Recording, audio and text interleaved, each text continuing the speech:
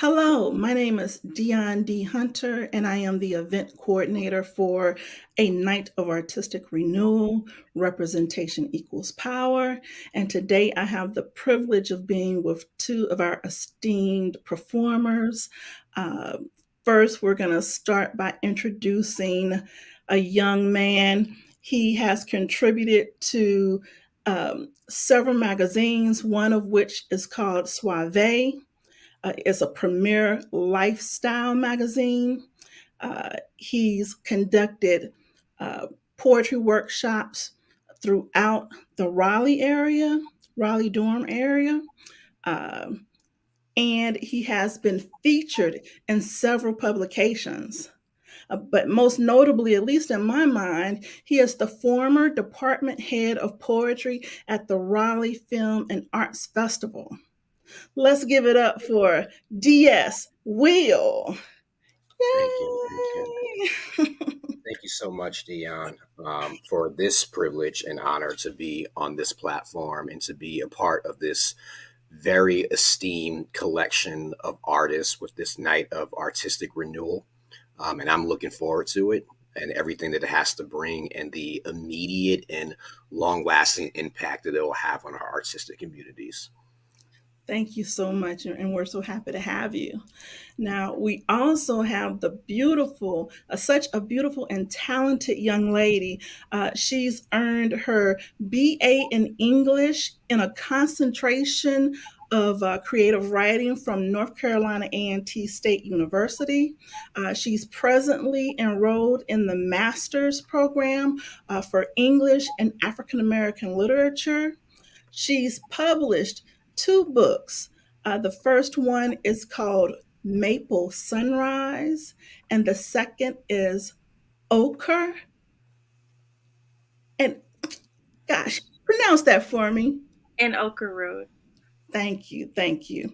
But most notably, this beautiful young lady is the Aggie Poet Laureate for the 23-24 academic year at North Carolina A&T University. Let's give it up for Essence Connor Behringer. Thank you so much. I'm more than overjoyed and excited and thrilled to be a part of this night.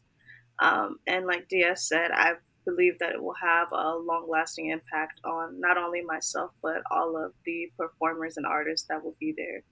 I'm very excited to see uh, and be a part of the showcase. So thank you very much. Thank you. Thank you for, you know, being a part of the show. Now, what interested me, if I can just jump right into the interview about you, Essence, is that I read that you started your interest in poetry or writing when you were about 6 years old. Is that correct? Yes. So tell me, how did that happen? So I was really interested in a lot of the things my older sister would write. She's always been on the psychology path. So sometimes when she would go to school, I'd read her papers. I wouldn't really know what they meant, but I was always just interested in learning more. Words. I was always big on reading and learning.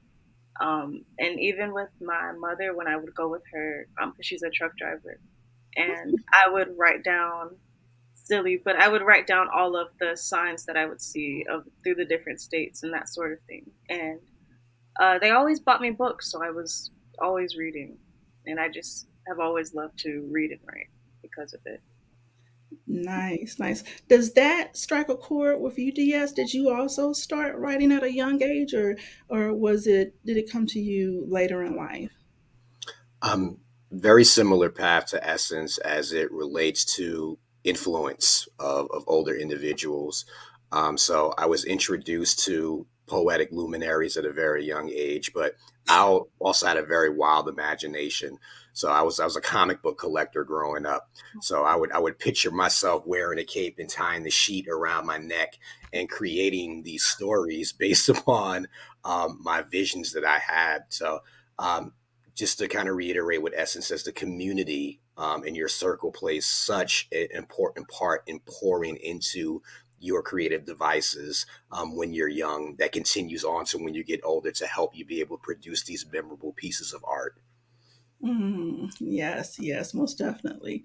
So, Essence, when did you know, or did you know from that young age that you wanted to attend college and, make it a career, or, how did you travel that path?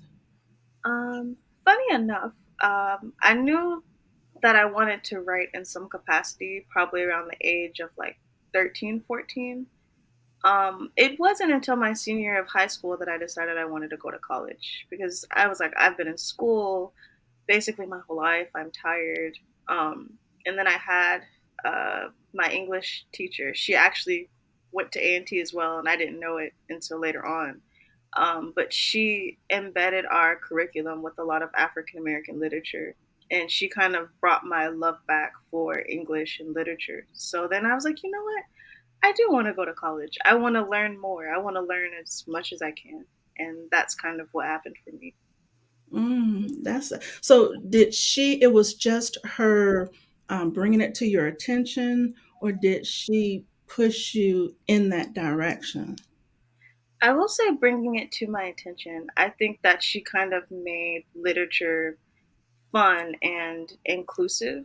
I think I kind of was lacking that with learning. And not to say that I don't enjoy Shakespearean literature or things of that nature, but I didn't really see myself in those works. And so it was Mhm. kind of hard for me to connect with it. Yes, yes, yes. Diaz, I see you shaking your head over there. Did you want to add something? Yeah, and I promise this interview will not be just me piggybacking off the gems that Essence is dropping, but you hit the nail on the head, and it goes along with what we're going to be doing at the end of April is representation. And though I enjoyed writing these fanciful stories, poetry wasn't an art form that I gravitated towards because even though I was introduced to these luminaries, I didn't see myself in those narratives. Their Mhm. situations was something I didn't necessarily connect with. So when I did attempt poetry, it was emulating someone else's vision. And therefore, there wasn't that authenticity that was being presented, right? It Mhm. was copy and paste. And it wasn't until I was introduced to spoken word, probably about my junior year in high school, when it clicked. I said, that's it. That's what I go through. I go through walking in the inner city and taking public transportation and dealing with the plights of an urban environment. And when you make that connection, that's when it starts to flow. That's when the accurate portrayal of who you are and what you've been through can be presented through a lens that other individuals can associate themselves with. Yes, yes. And you hit the nail on the head. That is one of the most important aspects of a night of artistic renewal is putting that positive representation of, for us up on the stage for youth and adults to see. A lot of times on the news, all they show is shooting, killing, stealing, anything negative. And we have to present to, our community that we are greater and more. So, I'm feeling both of you. Now, Diaz, I know that you began either an organization or a project where you recorded youth doing their poetry. Can you tell us a little bit about that? Yes. So during my tenure with the Raleigh Film and Art Festival, I began an initiative called Voices to Real. Basically, that play on words of real, authentic voices and then being able to capture them on film. Film is another passion of mine. It's been ever since I was young, and it's a keepsake, it's a souvenir, it's something that we can carry with us.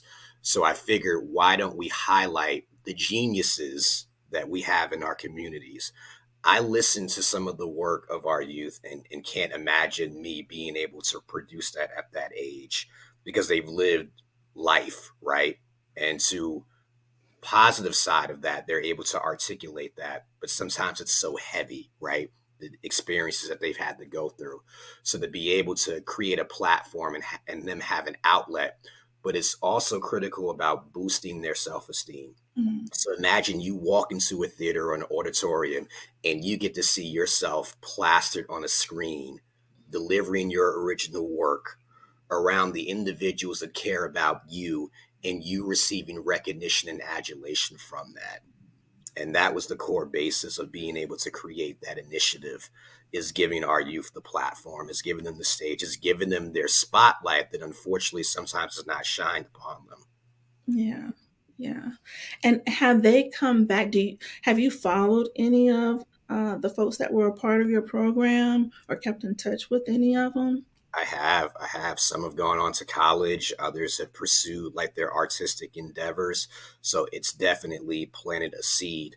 Um, we're never like really responsible for the creation of artists, right? We really just kind of plant the embryo or pave the pathway, because it's all a part of a divine purpose, that individuals are put into our lives. But we have to be cognizant and be able to recognize it, and again have that esteem to know that my voice deserves to be heard. Mm. That's at the crust of artistic expression, is the belief that you deserve to be seen and heard. Yes, yes, definitely. Now, speaking on that, Essence Poet Laureate. Woohoo! I mean, that's a big deal. That's a big deal. So, can you tell us, maybe um, what was the process for that, and when did the light go off, where you're like, you know what, I think I could be poet laureate. How did that all come to be? Well, I remember I want to say it was my junior year of college, and I spoke with someone who was very deeply embedded in the English department. She's a student. Her name was Ebony. And she was telling me, she was like, "Oh, you could be the poet laureate." And I kind of just like was like, "No, okay, I guess." Like, I don't know. Um, and then I applied. I was talking to my friend, and it was after I had finished my workout at the gym. And I was like, I really want to apply, but I don't know if my work's good enough. And he was like, like, you're really talented. You should try. And I was still downplaying myself, and Mhm. I submitted everything. And then Dr. DePolo, he called me and he was like, "Hey," and I was like, "Hi," and I was looking crazy because I'm like, the semester's over, so I don't know what this is about. And he told me that I won, and I asked him like, "Are you serious?" Like 3 times, and he was like, "Yeah, yeah." And I was just in awe for quite some time. I'm still in awe.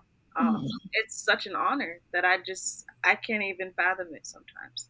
Mhm, mhm. What does being a poet laureate entail?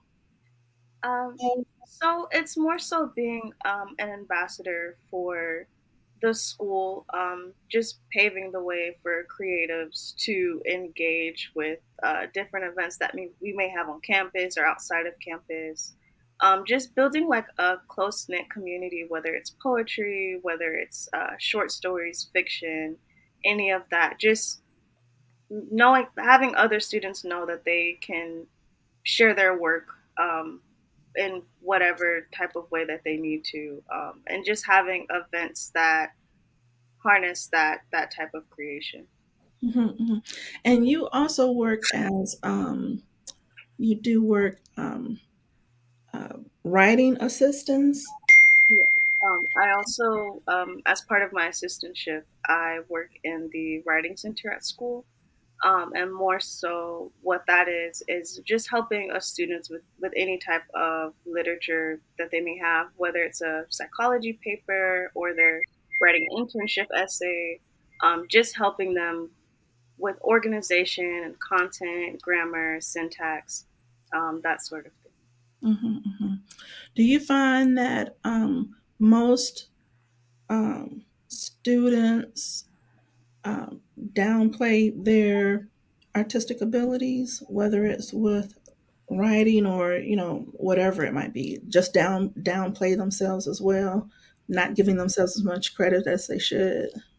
Definitely. I always try to encourage students, especially when I see them, I get very excited about students who are writing poetry or short stories or things of that nature, it's really exciting for me. So I'm always encouraging them to put it out there, show everyone that they can, and just believe in yourself, because you'll really be surprised at who else believes in you and how far you can go. Hmm. Hmm. One of my tenants is, you know, the only thing they can say is yes or no. But Yeah, if you don't apply or if you don't ask, the answer is automatically no. So we definitely. have to have that faith in ourselves, at least enough faith to submit and see what happens. So Yeah, I'm sure all of the kids appreciate the time and effort that you give them. yeah, I really enjoy working with them too. Good, good. Now, Diaz, so you you're actually in the community doing performing spoken word as a profession, I believe. In addition to everything else that you do, how does one go about that? How do you say, I'm going to be a professional poet? How do you do that? So, not quite yet. It's not the primary source of bread and butter, but it does fill in some voids. So you are right, and it does take a certain level of dedication and a self assurance in order to do that. The decision really came into play where, let me say this: my father has a saying. He says, "If you're good, you never have to say it. You don't. You never have to self proclaim or self promote in that way because other individuals will let you know." And so when I noticed that I started to receive that type of feedback, that I was ready to really to take this art form seriously and to know what the power of words are, and to have the feedback after shows about people coming up and saying and reciting my lines back to me about how that changed their perspective. And that's when I knew that I had a gift.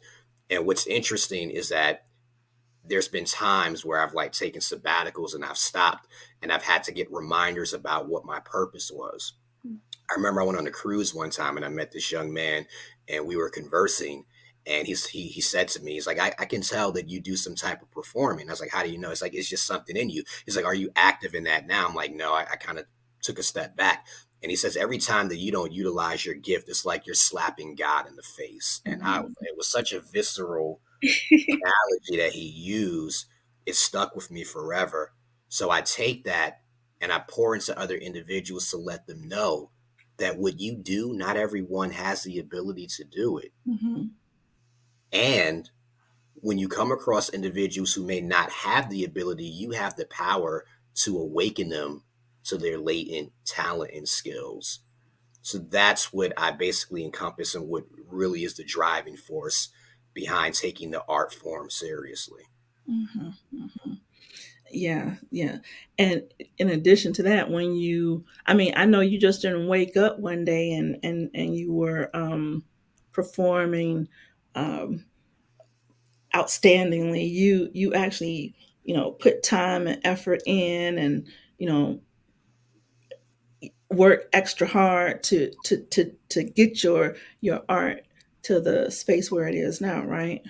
Of course, and there's pervasive attitudes that really prevents us from evolving. It's that of entitlement and instant gratification. And I'll speak about instant gratification because we see a lot of what I call final product syndromes. We think that people are celebrities or experts overnight because we see the YouTube videos and we've never heard of them before.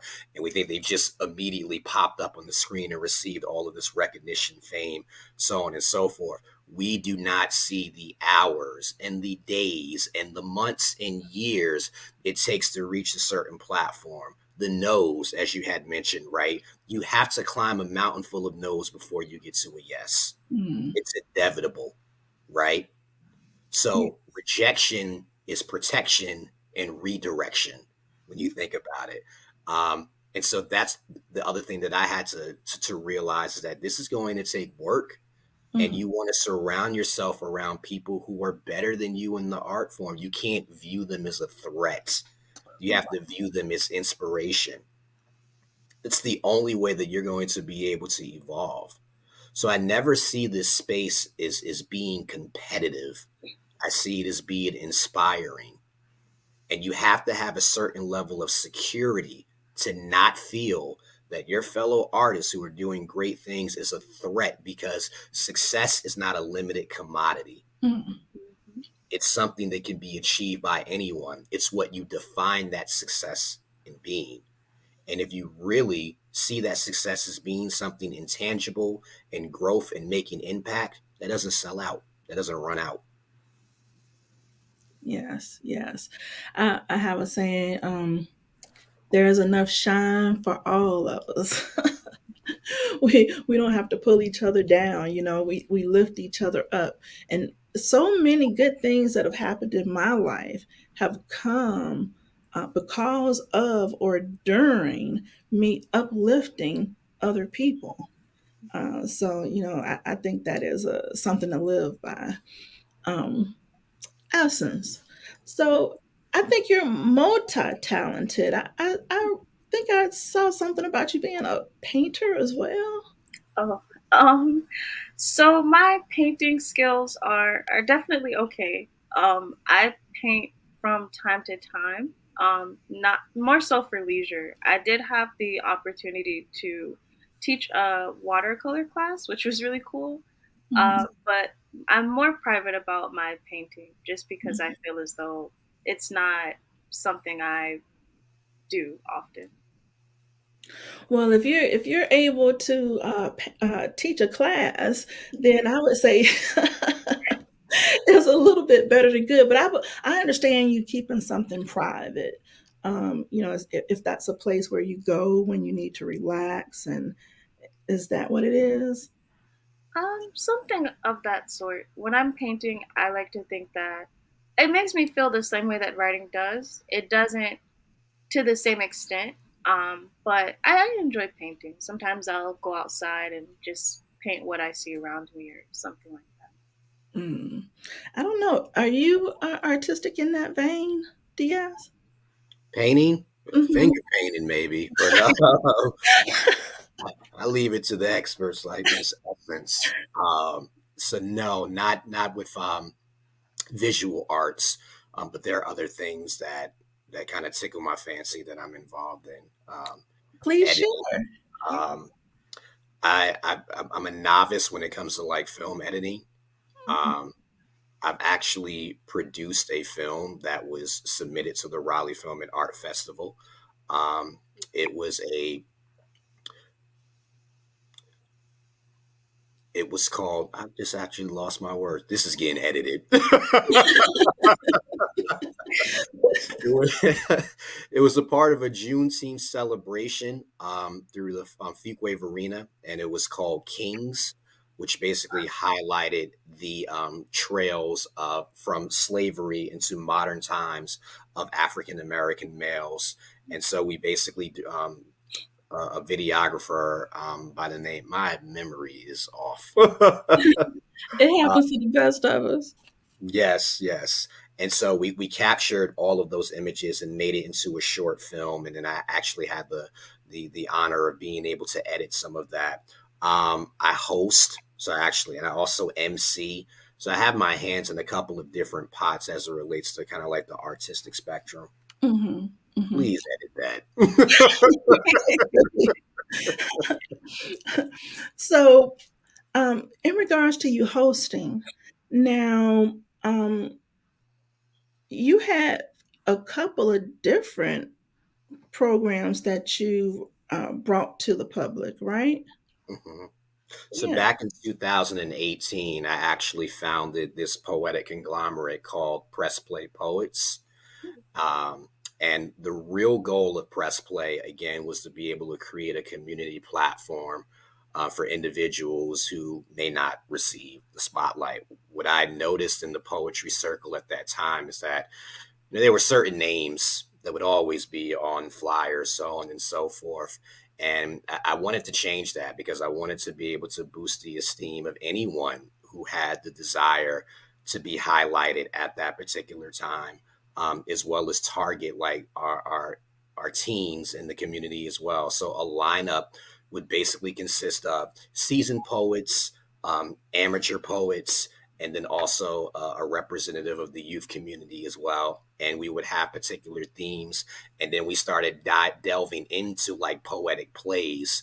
So we had a play called Pardon My Ashes, which took place in the 1920s, in which all of the dialogue was basically composed of poetic prose.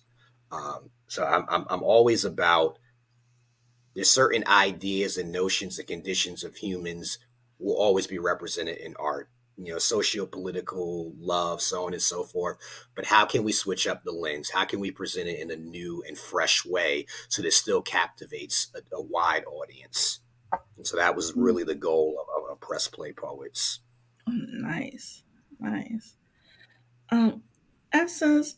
So now you're getting your master's in um, African.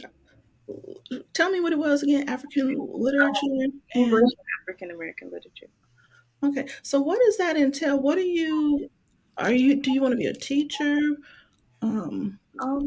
I know Yeah. that more than likely once I get my master's degree, I probably will teach. I do hope to one day be a author or a poet. That is my Well, interest. you're a poet now. What do you mean? Well, I mean more so being established and just kind of getting my name out there. Okay. Okay. Known around the world. Yeah, something like that, hopefully. Okay. Okay. All right. So a teacher, that's awesome. In the realm of college, or you want to work with kids, That's young. what I'm still kind of figuring out. I've worked with children um, probably since about the age of like 12. So I do enjoy working with children, more so elementary, middle school grades. But I think being a lecturer would be pretty cool. It'd be nice to do something like that. Yeah, it would. It would. That would be nice. That traveling lecture. Yeah, that was Yeah. something I recently found out about that I didn't know was a thing, and I've considered that as well. Very nice. So, speaking on that, on your writing, you have the two books. Can you tell us a little bit about each? What inspired them? Uh, Maybe what the difference, if they have different subject matter in each or whatnot. Yeah. So my end goal will to be to have seven. I call the book collection the Orange series because the colors are orange. My first book, Maple Sunrise. Um, I just was talking to my brother and I was like, I want to write a book. Like I have all this poetry since 12, 11, and I want to do something with it. So I think I was outside playing basketball with him. And I stopped him and I was like, Maple Sunrise. And he was like, what? And I was like, I think that's the title that I want to have for my poem. It made me think of maple as in sweet and sunrise is just starting, the thought of beginning something. So Mhm. that's kind of where that came from. It's more so a mixture of poems about love, life, laughter, nature, that sort of thing. And Ochre Road kind of follows suit. I would say that an Ochre Road is a bit more personal to me, just sharing my stories, but in prose and poetry. And Ochre Road came from just me thinking of a different shade of orange, ochre, and then just the road that you have to walk on in life. It's a continuous road, and that's kind of what I thought about for that book. Nice, nice. Makes me want to pick it up. I don't have them, but you know what? I'm running to the store right after we stop the video to pick them up. Thank you. um, Now, Diaz, I I didn't see on there. Have you written any books? So that is in the works. Okay. It will be a collection of poetry called Write on the Wall, which would be an extension of a series of workshops that I'll be doing, and get into that a bit later on once you ask the question about what we have going on in the future. Okay, okay. Cool, cool. Um, so you're in the process of writing the book now? Yeah, so the poems have been collected. I've edited, so we're in the publishing stages right now. So we're Oh, looking for a projected release date of around May or June. Oh, that's exciting. And these would be more intimate pieces, not necessarily performance pieces that I do, um, and ranging back from my collegiate years to present time. So you definitely will kind of see that evolution, even just like the evolving of thought and certain thought processes and conditions. So I may have felt differently about love when I was 19 years old than I do now when I'm 40. And just like the socio-political landscape, and sad to say that many things haven't changed, right? Like we're still dealing with some of the same societal woes and scourges as well. And, how to be able to approach that, again, from different lenses, from an 18-year-old lens to a 40-year-old lens. So I'm looking forward to releasing it soon. okay, awesome, awesome. Well, I'll put my pre-order in for yours There we as go. Yeah, There we go. Right. So you order, I sent you pre-order my book too. I would love to. It's a Black Friday sale. Get them all. well. Awesome. Now, let's talk about your workshops. So I know you have several, but you know, what how do you decide, what workshops you're going to actually teach, or, what um, gets you excited about that? And just tell us about, putting workshops together, what that entails, just in general. Well, much of it has to do with the population I'm going to be speaking to, right? So, I've conducted workshops for elementary school kids, adults, as well as high schoolers. So, what's important to them? But the common theme, really, what I spoke about earlier, is the discovery of esteem and voice. So, the names of the workshops is the same as the book, which is called Right on the Wall.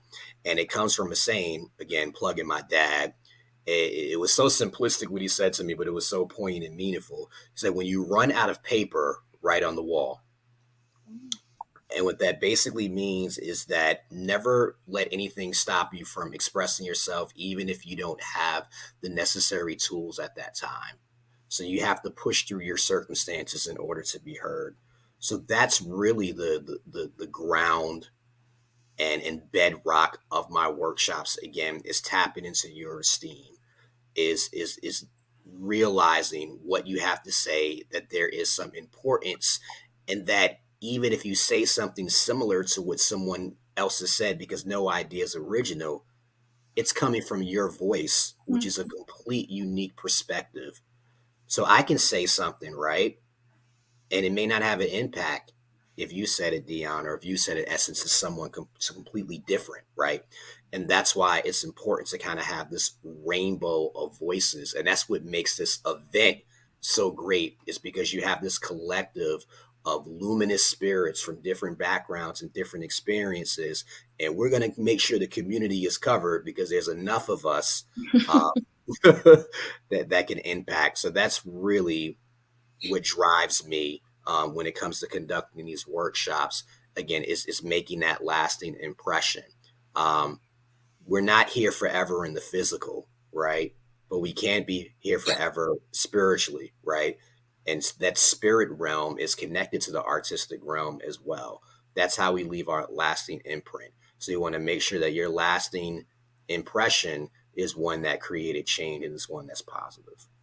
Yes, yes.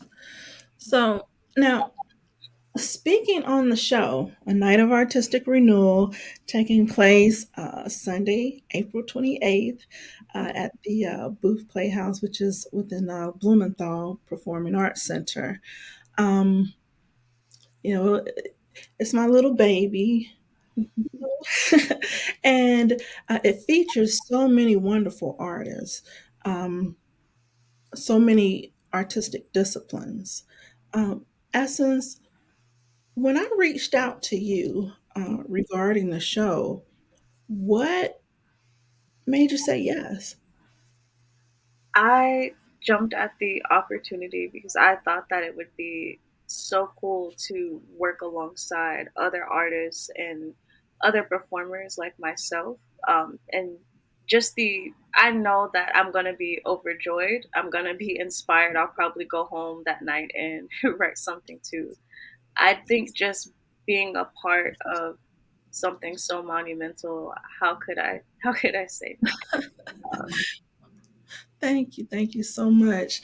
Um, did when you were young, did you have the opportunity to um, visit a lot of, do a lot of artistic uh, visits with your family, or um, Not so much, but it's more so because I kind of kept poetry and writing to myself for a while. I haven't really, I want to say maybe within the past 6 to 7 years is like when I started opening up about me writing and actually sharing it with people close to me. okay, yeah, okay. So, and then were they surprised, or when you actually opened up and showed them your work, were they like, wow? Yeah, I will say my siblings and my mother, they were very surprised that I had been writing for a while and they didn't know, but also just reading things um, that I had wrote about whether my feelings or my thoughts, my relationships with everyone. They were they were excited to read it.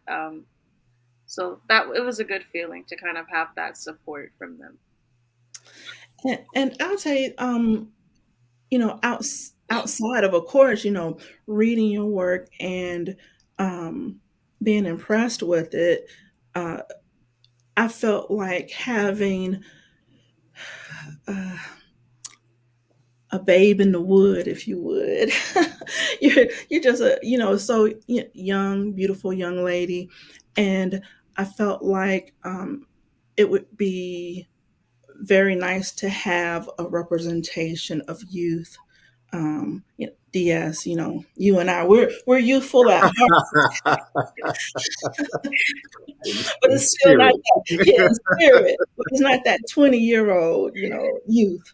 Um, So, I just feel like the kids that are going to be in the audience will see themselves in you, as well as just your presence. She's so graceful, isn't she?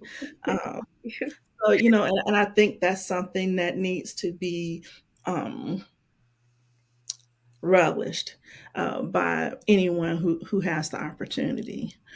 Um, Now, Diaz, so, when I came to you with the offer to be a part of a Night of Artistic Renewal, what were your thoughts? When you presented your showcase, which has a history, which has a pedigree, and definitely want to give you credit for that, the consistency of excellence. It was really three words why I said yes: authenticity of intentions. The intentions were authentic about what you wanted to do. I didn't sense that this was a vanity project or a project where we're turning up and partying. And nothing wrong with that, and nothing wrong with getting recognition. But there's a time and place for everything. And there is a time right now in which positive representations of who we are is something that is critical, because we're being spoon fed, as you mentioned, negative depictions, or there's trickery that is pointing us to what we think is positive, but the roots really aren't, because again, it's something that's disingenuous, because you can't say yes to everything that gets presented to you as well. Mhm. And that's something else that you learn as you get further and further along in your artistic journey. All money's not good money, or Mhm. all recognition isn't good recognition. So that's what really made me say yes. And then also, I remember the first time I met you. It was at the film festival, and your poetic film was one of the selected award winners. And I saw the passion and the subject matter that you spoke about. And again, it left a lasting impression on me. And we didn't know that our paths were going to intersect again, but they did. And it created this union based upon the impression that you left.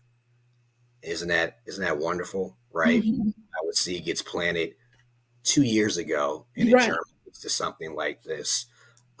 So it was an honor for me to say yes, and it was an honor to even be thought of as well. So thank you. Oh, wow. Thank you. Yeah, that's another key point, relationships. So I met you, like you said, 2 years ago. And, you know, who knew that I would have the opportunity to make this offer to you 2 years later? So I think it's important for us to. You may not speak to everyone every day, but you do need to just keep a mental Rolodex of the people you encounter during your time, and you know, kind of pick their strengths, you know, and, and put those in your what am I trying to say? Use those to build upon at later times. Um, just to tell you all a little bit about me. Uh, when I was 7, my mother passed away. Um, very suddenly, tragically. And my father was 28 years old. And he was left to take care of myself, a 4-year-old son, and a 2-year-old daughter.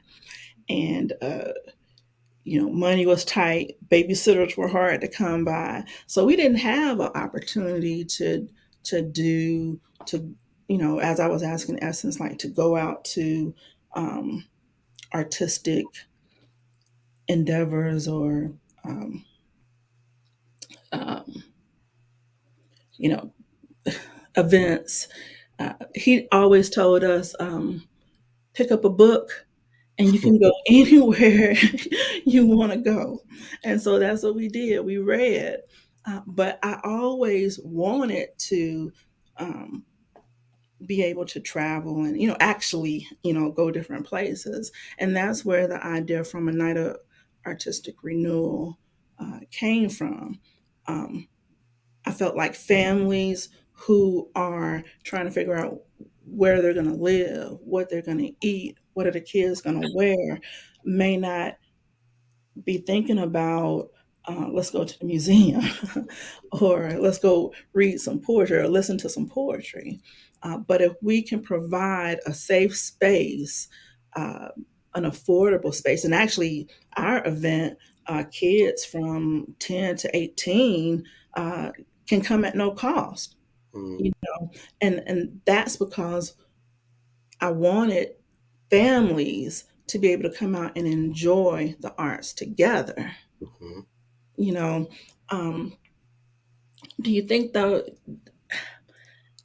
I think in the past 4 years, there's this will actually be the fourth event.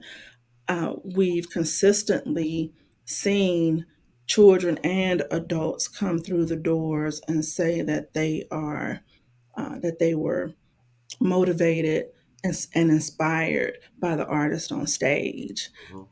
And I'm just so I can't wait to to see you all up on the stage giving that energy out to the public. So I don't know. I just get excited about it. I don't know if you can tell. I can like picture it in my head. But so, before we end, we have a few more minutes here, but I want to know, tell me, anything that you have coming up, anything that I haven't touched on, um, whatever it is you want to bring to the table. Let's start with Essence. So I am currently working on my third poetry book. I'm still thinking of a title. So far, I'm thinking of the title "The Amber Fire," another shade of orange. I think the inspiration behind this collection is "The Fire Next Time" by James Baldwin. Um, Mm, I really enjoy that. So that's been a bit of inspiration for me.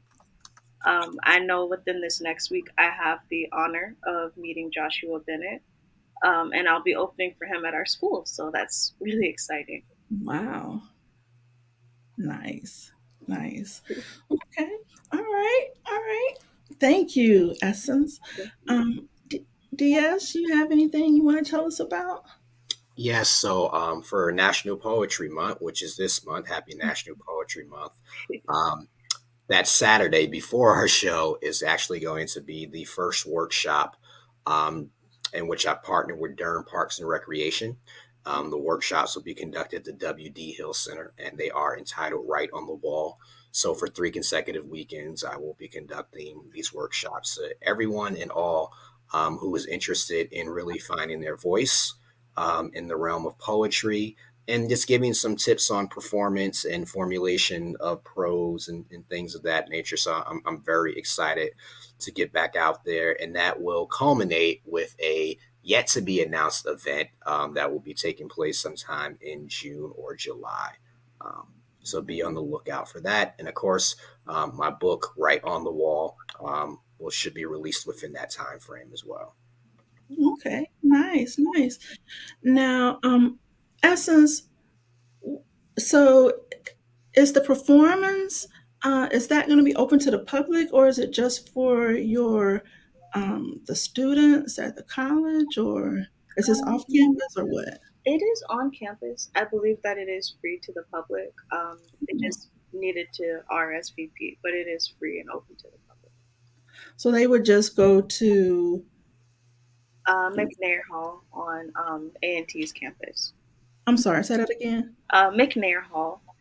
McNair. Okay. And what day is that going to be on? That will be the 11th, and it starts at 7 p.m. Okay, April the 11th at 7 p.m. in McNair Hall. Mm-hmm. Okay. And DS, what day is your workshop going to be on? So the workshop will be on, it's going to be 3 consecutive Saturdays, starting Okay. with April the 27th. Okay. So April the 27th, and the next two Saturdays after that. And then, so where would they go to get tickets or to find out more information? So you basically can sign up and register for the workshop on the Durham Parks and Recreation website. Okay. And is this free or is there a cost? I believe there is a small fee that's associated with it. Okay. All right. So the Durham website, and it starts on April the 27th. So you're going to be busy. A little Woo! bit, a little bit. What time does the workshop start on the 27th? It'll be noon to 2 p.m. It'll be a 2 hour workshop. And then shortly after that, I'm heading to Charlotte. Yeah. So what day are you coming in, Essence? Are you coming in the day of? I may go the night before because I have a family in Charlotte, and my sister's really excited. Actually, when we were listening to, well, I was listening to the radio ad, I heard a voice that was very familiar outside of, you know, um, and I believe that Fly Tie is also the my nephew's barber. So I think that I have met him before. And I was like, wow, such a small world. But I think I'll get there the night before. So I know they'll want me to show them what I'm wearing and everything like Yeah, yeah. Fly Tie is a barber, and they are actually going to actually be at the event. Fly Tie and Jacinda are going to be at the event. Uh, they have a wonderful charity that they work with. And so we'll find out more about that during the actual event. But again, I just want to thank you all so much for being a part of the show. It's a night of artistic renewal. Representation equals power.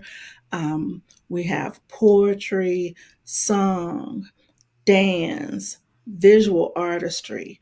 uh, saxophonist. You name it, we got it all on one stage. And anyone can pick up tickets at a nightofartisticrenewal.com. Also, blumenthalarts.org. It's only $15 for adults, which, that makes for a great date night. And kids who come with a ticketed adult are actually at no cost whatsoever. So we want to see you and the kids come out, have a great night. You won't be disappointed, I promise. Um, let's see, anything else? Thank you. Yeah, thank you Thank so you. much. Thank you. Uh, I'll take it. I'll take it. But no, thank you all. Thank you. Thank you for the gift of your presence today on the show with this interview. Thank you for blessing us with your performances on the 28th. Um, Essence, Connor, Behringer, and DS Will. Thank you so much. I can't wait to see you on stage. Let's give them a hand. Woo!